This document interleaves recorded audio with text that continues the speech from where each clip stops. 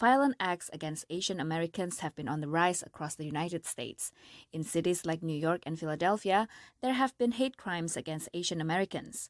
A local community leader in Philadelphia describes an incident against two Indonesian teens on the subway.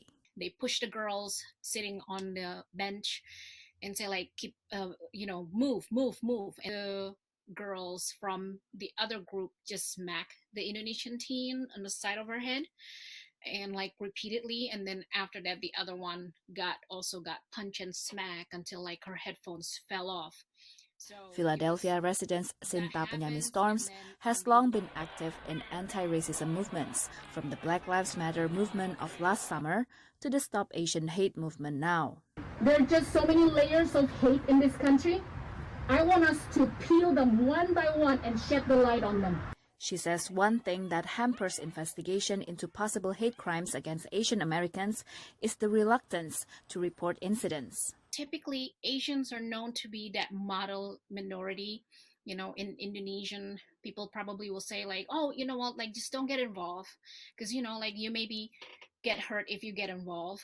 We don't speak up. We don't get the data. And we don't get the resources coming to our community, resources like funding, resources like security, just coming for the police. Attacks against Asians are reportedly on the rise across the U.S., driven by rhetoric and misinformation blaming China for the coronavirus pandemic. The advocacy group Stop AAPI Hate cites almost 3,800 incidents ranging from racial slurs to physical attacks from March 2020 through February of this year. Data compiled by California State University's Center for the Study of Hate and Extremisms recorded 122 hate crimes in 2020, over twice the number in 2019. Activists say many factors could cause Asian Americans to underreport potential hate crimes. They may not have had good interactions with the local police or the government in the past, and therefore do not trust that anything good's going to come out of it. And that's not an unfounded fear, right? Because of the stories about police misconduct too toward people of color in this country.